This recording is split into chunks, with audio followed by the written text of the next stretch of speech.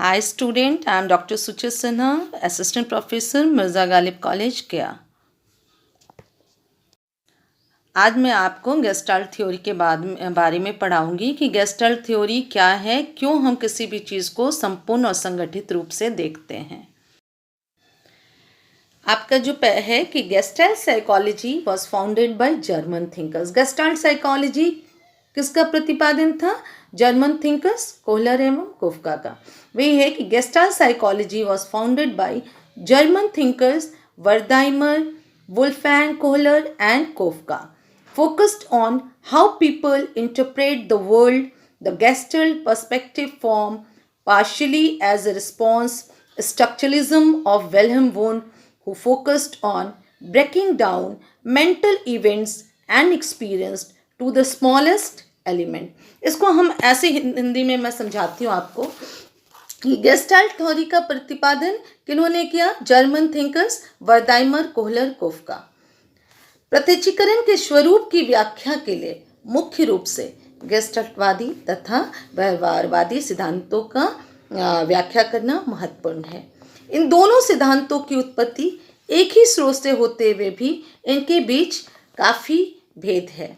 प्रत्यक्षीकरण अथवा चेतना की व्याख्या के लिए संरचनावादी मनोवैज्ञानिक उंट तथा टिचनर ने विश्लेषणात्मक तथा आत्मनिष्ठ दृष्टिकोण को अपनाया था, जबकि आत्मनिष्ठ दृष्टिकोण के विरोध में ही गेस्टाल्टवादी सिद्धांत का प्रतिपादन हुआ।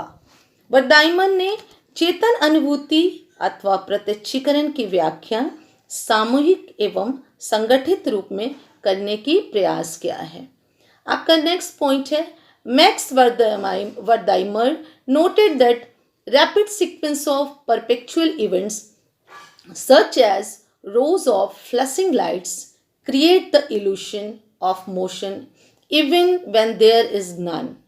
This is known as phi phenomenon. Motion pictures are based on this principle, with the series of still images appearing in rapid succession to form a seamless visual experience. अब इसको मैं आपको हिंदी में समझा रही हूँ, आप सुनिए। वर्दाइमर ने अपनी परिकल्पना को प्रमाणित करने के लिए फ्रैंकफर्ट यूनिवर्सिटी में मोशन पिक्चर पर अध्ययन किया, जिसे परसेप्शन को क्लासिकल एक्सपेरिमेंट माना जाता है। इन्होंने दो प्रयोज्य कोहलर एवं कोफका के सामने एक खास गति के साथ दो स्थिर प्रकाश रेखाओं की बारी बारी में डार्क बैकग्राउंड में दिखाया और थोड़ी देर बाद गति बढ़ा दिया। तब स्थिर प्रकाश रेखाओं का प्रत्यक्षीकरण गतिशील प्रकाश की रेखाओं के रूप में हुआ, जबकि दोनों रेखाएं स्थिर थी। इसे पाई फेनोमेनन कहते हैं, जो आगे वाले स्लाइड्स में हम इसोमॉर्फिज्म का जो पॉइंट्स है उसमें मैं इसको पिक्चर के साथ में आपको दिखाऊंगी कि कैसे पाई फेनोमेनन काम करता है, कैसे एक स्थिर रेखा कैसे गतिशील नजर आता है। यही है हमारा पाई फेनोमेनन। आपका लास्ट है, gestalt is a German word means configuration और फॉर्म्स और patterns organised whole in contrast to a collection of parts. Gestalt जो शब्द है उसका मतलब ही होता है संपूर्ण और संगठित। तो इसीलिए हम कहते हैं कि गेस्टाल्टवादियों का मानना था कि जब हम किसी भी चीज़ का प्रत्यक्षीकरण कहते हैं तो उसको हम संपूर्ण और संगठित रूप से करते हैं। अभी हमने परसेप्शन के बारे में आपको बताया कि गेस्टाल्ट जो है वो संगठित रूप से हम किसी भी चीज़ को देखते हैं। इसी के लिए हम एक एग्जाम्पल यहाँ पे दिए हैं। एक गुलाब का पिक्चर है और एग्जाम्पल के तौर पे, flower is just not a total of petals, calyx, corolla, fragrance, but something more than that. According to gestalt the total of the parts is not equal to the whole. इस उदाहरण का मतलब है कि जब हम एक फूल को देखते हैं तो पंखुड़ी, डंठल, रंगों एवं खुशबुओं के साथ संपूर्ण एवं संगठित रूप से देखते हैं, ना कि उसको अलग अलग करके, पंखुड़ी अलग, डंठल अलग, पत्ते अलग करके देखते हैं। जैसे ही हम एक फूल को देखते हैं हमारी सारी मानसिक जो कॉग्निटिव मिरर है वो सक्रिय हो जाता है और गुलाब को देखते ही गुलाब की खुशबू के बारे में, उसके रंग के बारे में, सभी चीज़ों के बारे में हमारा प्रत्यक्षीकरण होता है। इस स्लाइड में मैं मशहूर मनोवैज्ञानिक जिन्होंने गेस्टाल्ट थ्योरी का प्रतिपादन किया उनका पिक्चर्स में डाली हूँ, जिनका नाम इस तरह से है: Kurt Koffka, Max Wertheimer, Wolfgang Kohler and Kurt Lewin. इन्होंने प्रत्यक्षीकरण के गेस्टाल्टवादी जो थ्योरी है उसका प्रतिपादन किया और उस पर काफ़ी अध्ययन किया। इसलिए इनका जो योगदान है गेस्टाल्ट थ्योरी में ये बहुत महत्वपूर्ण योगदान है। क्लासिफिकेशन ऑफ गेस्टाल्ट अप्रोच में हमने गेस्टाल्ट उपागम की व्याख्या 4 भागों में बांटकर किया है, जिसका पहला जो पार्ट है फिगर ग्राउंड परसेप्शन, मैं इसमें आपका इस स्लाइड में आपको इसके बारे में बताऊंगी। गेस्टाल्ट सिद्धांत के अनुसार व्यक्ति किसी वस्तु का प्रत्यक्षण अलग अलग रूप में ना करके संपूर्ण रूप से करता है। यही है कि फिगर ग्राउंड परसेप्शन में यही कहा गया है कि according to this principle we tend to segment our visual world into figure and ground.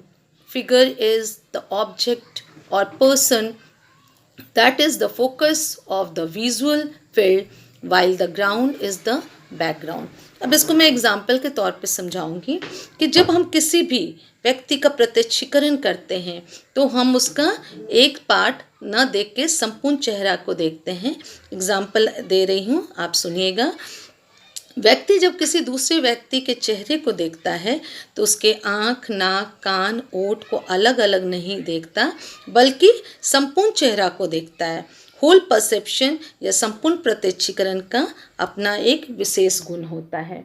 जब व्यक्ति किसी वस्तु विशेष का प्रत्यक्षण करता है तो उसके वस्तु विशेष का कुछ भाग अत्यंत स्पष्ट दिखलाई देता है, इसीलिए उसको हम फिगर के रूप में देखते हैं, और जो नहीं स्पष्ट दिखाई देता उसको हम बैकग्राउंड के रूप में देखते हैं। तो जो अत्यंत स्पष्ट दिखाई दे रहा था वो आकृति हो गया, और जो स्पष्ट नहीं दिखाई दे रहा था वो बैकग्राउंड हो गया। उसी तरह इस फिगर में आपको मैं दिखा रही हूँ एक जो फ्लावर वास है और 2 चेहरा है। यदि उजला भाग आकृति के रूप में उभरता है तो व्यक्ति को फूलदान दिखाई पड़ता है, और जब काला भाग फिगर के रूप में उभरता है तो व्यक्ति को 2 चेहरा नज़र आता है।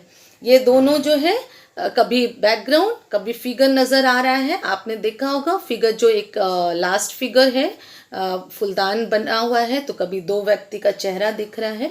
तो ये जो बार बार जो बदल रहा है, कभी फिगर बन रहा है कभी चेहरा बन रहा है, इसके पीछे भी कुछ तथ्य है। इस तरह के चित्र को हम रिवर्सिबल फिगर भी कहते हैं। इसके पीछे कारण है क्या? जब हम कुछ सेकंड तक एक ही फिगर को देखते रहते हैं तो उजला भाग जो है वो फिगर के रूप में दिखते दिखते ब्लैक भाग हमारा फिगर दिखने लगता है और उजला भाग हमारा बैकग्राउंड हो जाता है।